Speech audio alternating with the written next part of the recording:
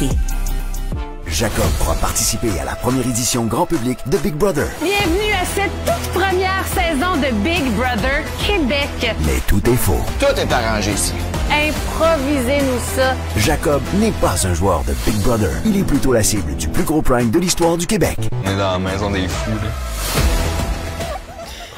Le plus gros prank de l'histoire du Québec, Big Brother, le piège. Toi et moi, on a vu ça. En fait, les derniers épisodes ont été rendus disponibles mardi. C'est épouvantable, cette émission-là. Chaque semaine, on avait 2 épisodes où on vivait vraiment le Big Brother, mais avec des comédiens. Des comédiens. Donc, 11 comédiens pas et connus un du public. concurrent qui pense qu'il joue. Excepté Jean, effectivement. Et lui, c'est Jacob Moisan, 29 ans, comptable, fier représentant de Saint-Raymond. Il est avec nous ce matin. Bienvenue à l'émission, Jacob. Salut, Jacob. Hey, allô, ça va bien? Bon, Ouais. nous, ça va bien. Avant de commencer, Oui. Jacob, là, t'as toujours quelque chose qu'il faut faire avant de commencer, là. Il faut chanter une chanson de Marie-Mé, là. Fait que bon, tout ce qui se trouve au cul de mes mains. Là, tu me prends le cours. T'es... Bon, OK, on a un plus facile. On va au refrain. Si l'instant menacé par le vent... Chante-le. Change les temps. Change les vents, tu Qui l'avais prendra presque. ma place? Change les vents. Ça, c'est une inside là, pour les gens qui ont... Si l'instant. Qui prendra ma place? Maintenant que c'est fait, on peut commencer, là, parce que c'était une des jokes qu'ils t'ont faites, là. Ils disaient qu'avant de commencer, il fallait chanter une chanson de Marie-Mé. Ouais. Puis ils l'ont installé longtemps d'avance. C'était avant les soirées d'élimination. Ils disaient on a une petite tradition. Marie-Mé aime ça, pour se porter bonne chance. Qu'on chante une chanson, on la pige, puis là, on se met à la chanter. Puis là, il en pige une, tout le monde se met à chanter. Là, je regarde le monde, je suis comme, OK, on m'a pas mis au courant que... Mais t'étais-tu surpris que tant de monde que ça... T'étais-tu surpris que tant de monde que ça connaissent les paroles par cœur? Ben oui, tu sais, Marie-Mé est populaire, mais là, c'est une chanson au hasard, puis tout le monde, je regardais Julien avec des yeux on s'est tout au courant, là, moi, pourquoi tout le monde, on dirait que j'étais un secte, un culte. Jacob, on comprenait pas tes réactions. Au fait, on est en admiration devant toi parce que, bon, t'apprenais les chansons de Marie-Mé, que tu connaissais pas les paroles par cœur. Marie-Mé était chiante là-dedans, c'était prévu dans le casting. On dirait que t'as pas jugé ça. Tes réactions étaient tellement gentilles. Nous, à la maison, on n'aurait probablement pas réagi comme toi. Ça te venait d'où, ça? T'avais pas le goût de les juger ou de te fâcher, des fois? Ben, tu sais, c'est sûr que le contexte, on est dans une maison, puis, tu sais, je suis quelqu'un de j'aime le monde, puis, tu sais, j'essaie de mettre tout le temps en place des autres. Puis là, on est dans une maison, il y a du stress, tu sais, c'est du monde qui vient de différents backgrounds. Fait que je voulais pas tomber dans le jugement de ça. Tu sais, moi, j'étais là pour me faire du fun, puis je voulais pas me prendre au sérieux. Fait que, tu sais, je vivais le moment présent, puis il se passait plein d'affaires, puis j'essayais de trouver le positif là-dedans, puis de trouver ça drôle. Est-ce qu'il y a un moment où tu t'es dit, j'ai pas été chanceux, là, parce que, écoute, il est arrivé plein d'affaires, le monde, c'était comme des capotés, il y avait des weird, des bizarres, il y avait de tout, puis qui faisaient des conneries, mais est-ce qu'il y a un moment où tu t'es dit, hey, j'ai pas été chanceux, je suis pas tombé sur la... Il y en avait une couple qui était gentille avec toi, mais y a-t-il un moment où tu te dis, je suis pas tombé sur la maison idéale, le soir, qu'ils prennent de l'alcool, ils font des conneries, défoncent le mur, tout ça. Y a-tu des moments où tu t'es dit, j'ai pas été chanceux sur ma gang avec qui je suis tombé? Non, ben écoute, on avait quand même beaucoup de fun pareil. Fait que moi j'ai dit, regarde, ça met du piquant, ça met de quoi d'amusant dans la maison. Fait que je disais, c'est divertissant, tu sais. Si c'est tout du monde comme moi qui sont calmes puis qui sont à leurs affaires, qui sont juste stratégiques, ça va être plat. Fait que je me suis dit, hey, ça va donner un bon show. Puis je me souviens, je rentrais dans les confessionnaux puis je disais, hey, ça va vraiment donner une bonne TV. Puis je sais pas ce que vous allez garder, là, mais il s'en passe des affaires, hein. Mais comment t'as réagi quand t'as su finalement que tout ça, c'était un coup monté? Parce que t'es resté, 21 jours quand même dans la maison, là? C'est un très long coup monté, là. T'as réagi comment? Parce qu'il y a 2 façons. Soit on trouve ça drôle, soit on est un peu frustré, là. Ouais, ben, c'est vraiment dans mon genre d'humour, fait que j'ai trouvé ça drôle, mais c'est sûr qu'au début, quand je l'apprends, j'ai de la misère à comprendre, là. Je suis quelqu'un d'analytique, là, c'est beaucoup d'informations qui rentraient. Puis là, je comprenais, mais je comprenais pas. C'est comme un feeling bizarre, là. Tu sais, je comprenais que c'était un piège, mais je comprenais pas tout l'étendue. Fait que ça m'a pris quand même 2-3 jours, là, à tout repasser les journées puis faire, OK, ça c'est un piège, ça c'est un prank, ça c'est vrai, ça c'est pas vrai. Fait que j'étais content, mais c'est sûr que quand je l'ai su, là, c'était beaucoup d'infos puis je comprenais pas toute l'ampleur un peu de ce qui s'est passé.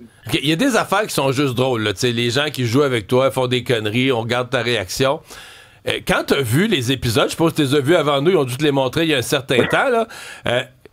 Il y a des affaires que c'est quand même chien. T'es dans un labyrinthe à noirceur. Donc, tu cherches des objets dans un labyrinthe à noirceur. Et t'es vraiment bon. Et il y a un gars... Là, faut que tu trouves 3 objets. Les 2 premiers, tu les trouves super vite. Et là, après ça, il y a un gars avec une perche au-dessus du labyrinthe qui change les parois parce que les parois sont truquées avec des pentures. Il change les parois.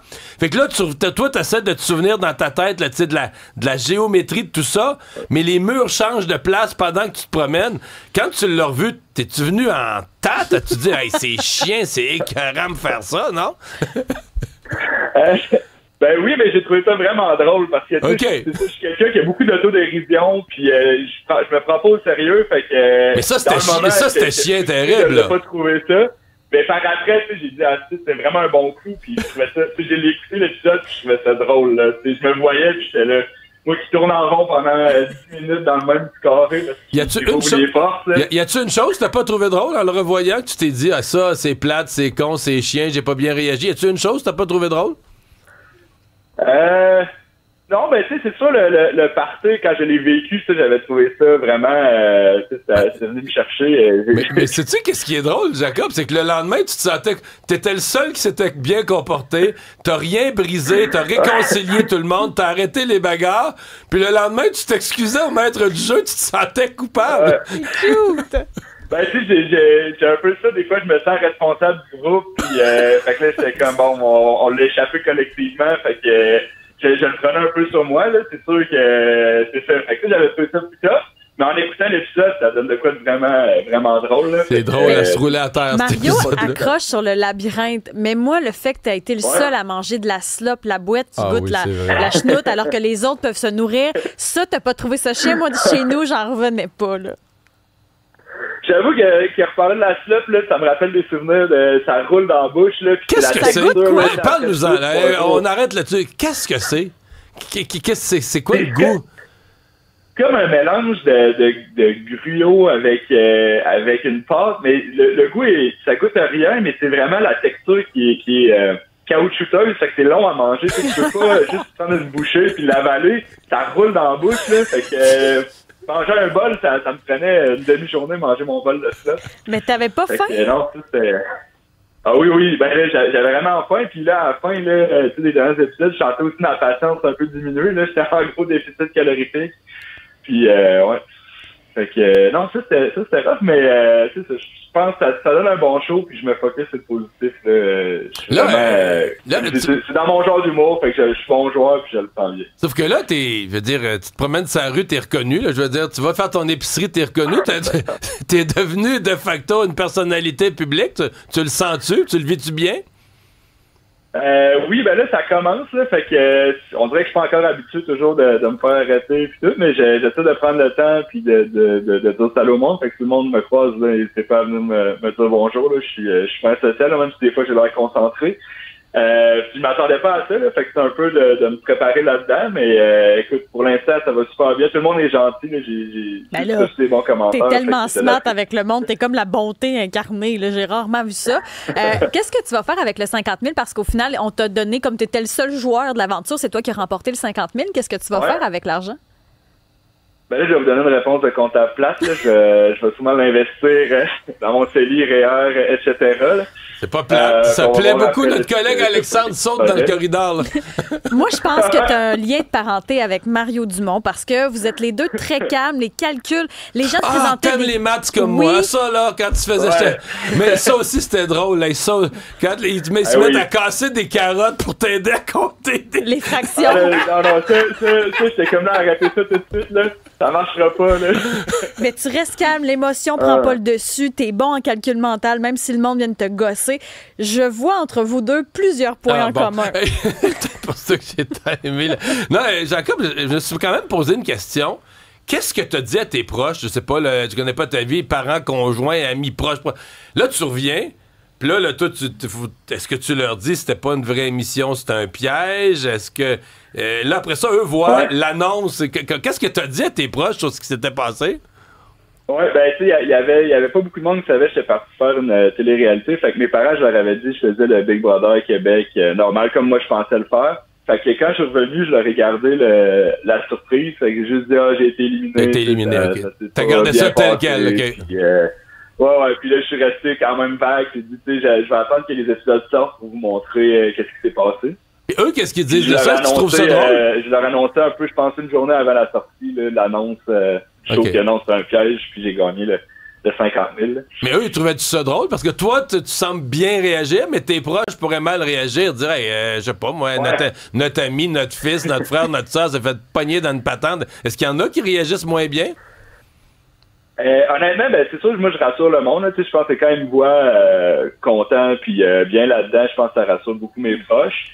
Puis là, c'est sûr, il y avait l'anticipation de voir ça ressemblait à quoi. Puis là, quand ils ont vu les épisodes, ils ont vraiment trippé. Puis je pense qu'on a tous un peu le même genre d'humour, là. Fait qu'ils ont vraiment trouvé ça drôle. Puis ça me ressemblait comme personne de ce qui était projeté dans le show. Fait qu'ils étaient contents. C'est qu'on rit beaucoup, mais moi, à la fin, j'ai pleuré à la finale. Quand on te dévoile, quand Marie-Lé dévoile tout, je sais pas pourquoi c'est venu me chercher, là.